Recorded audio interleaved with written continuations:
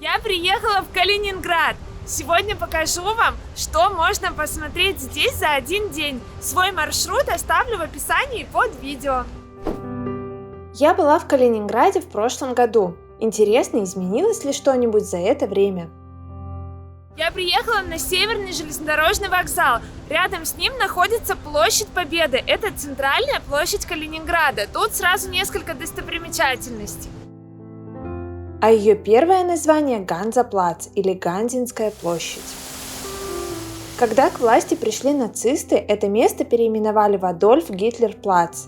После войны ее стали называть Площадью Победы, а историческое название города Кёнигсберг сменили на Калининград.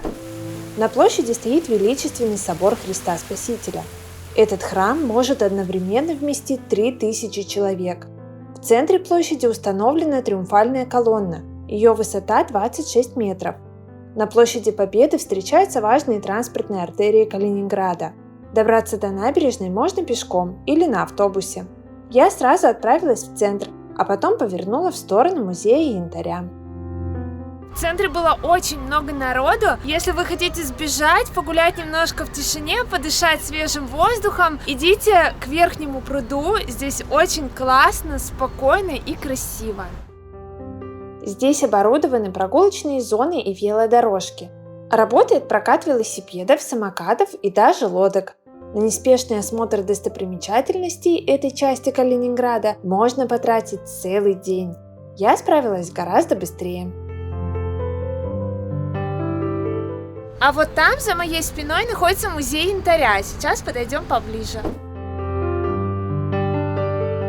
В музее янтаря хранится самая большая в мире коллекция солнечного камня. Если интересно, побывайте внутри.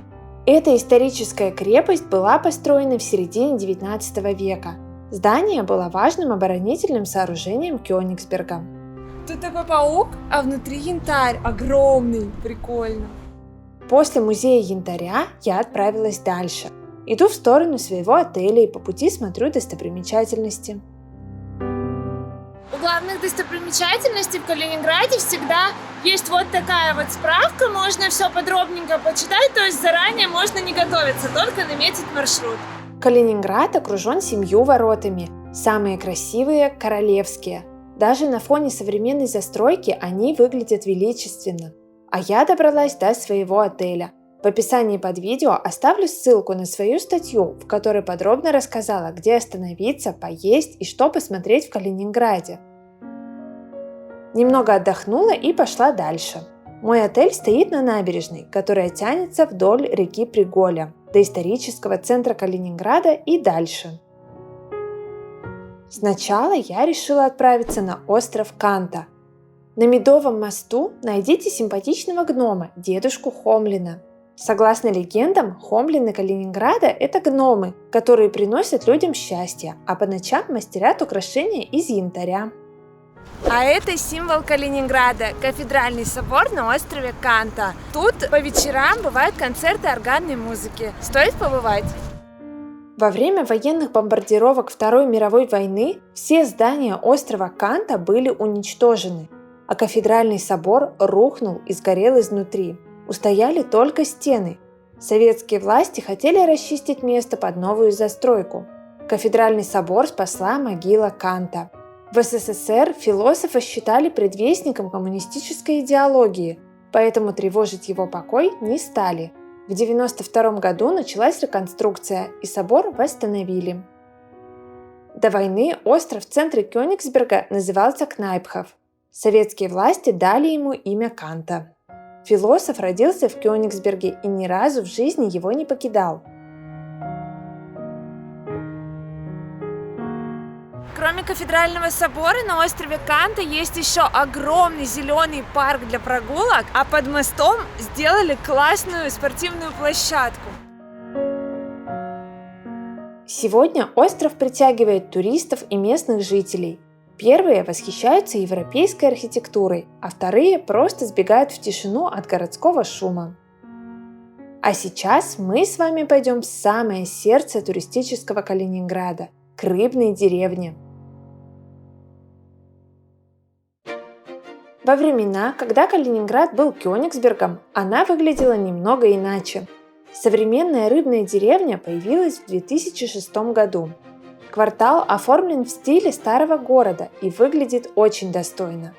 Башни в готическом стиле, мосты, здания в лучших немецких традициях, колоритный маяк – все это очень красиво. Мне жутко не нравится, когда кто-то говорит, что рыбная деревня – это туристическая бутафория. Мне кажется, что в Калининграде действительно постарались в работе над этим проектом. Это заслуживает огромного уважения. Рядом с рыбной деревней находится причал, с которого отправляются прогулочные корабли. Обязательно найдите время, чтобы прокатиться по реке Приголя и осмотреть главные достопримечательности Калининграда с воды. Билет можно купить заранее, ссылочку я вам оставлю в описании под видео. Ну а я уже добралась до Музея Мирового океана. А этот завораживающий павильон в виде земного шара – его новый масштабный проект. Тут каждый найдет что-то свое. Можно побывать на кораблях, чтобы осмотреть каюты и морские лаборатории. Или постоять на палубах боевых судов, погрузиться в историю флота и великих битв. Тут даже настоящая подводная лодка есть. Еще можно заглянуть в центральный павильон, чтобы выяснить все о флоре и фауне океана. Или осмотреть военную технику и вооружение, которые выставлены на набережной. Даже если вы не интересуетесь морской тематикой, погулять вокруг будет любопытно.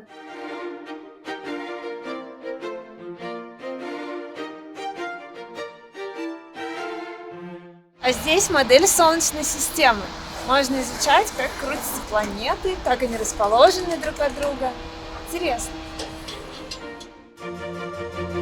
Музей Мирового океана выставил несколько интересных объектов прямо на улице. Всю информацию можно прочитать на табличках. Эта экспозиция и выставка рядом с ней бесплатные. В прошлом году я тут была и в этот раз не планировала задерживаться надолго, а в итоге провела тут около часа.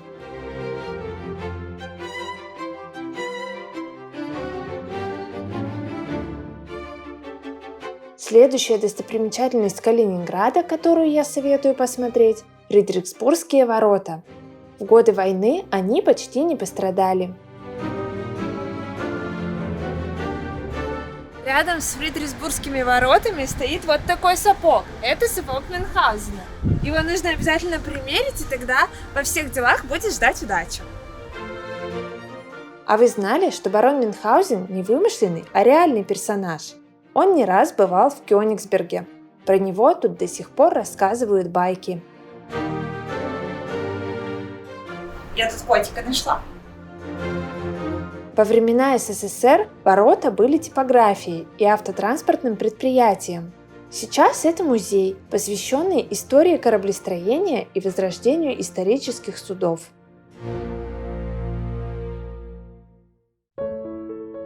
А это единственные ворота времен Кёнигсберга, которые до сих пор служат по назначению. Это Бранденбургские ворота, в них расположен музей марципана. Туда можно зайти бесплатно, все посмотреть, рядом есть магазинчик, где можно купить местный марципан. Кёнигсбергский марципан отличается от любого другого. Его секрет в том, что тесто на миндальной муке не сразу формируют в батончики, как это принято в других странах, а запекают. В Калининграде до сих пор можно купить марципан, сделанный по старинным рецептам. Лакомство, как и много лет назад, выпускает Кёнигсбергская кондитерская фабрика Паматти. Обязательно попробуйте и привезите из Калининграда в подарок близким. Купить марципановые батончики можно тут же, при музее. Вот они, на витрине, стоят 70 рублей. От Бранденбургских ворот удобно пройти к южному вокзалу Калининграда. Там можно сесть на электричку и поехать отдыхать на курорты Балтийского моря.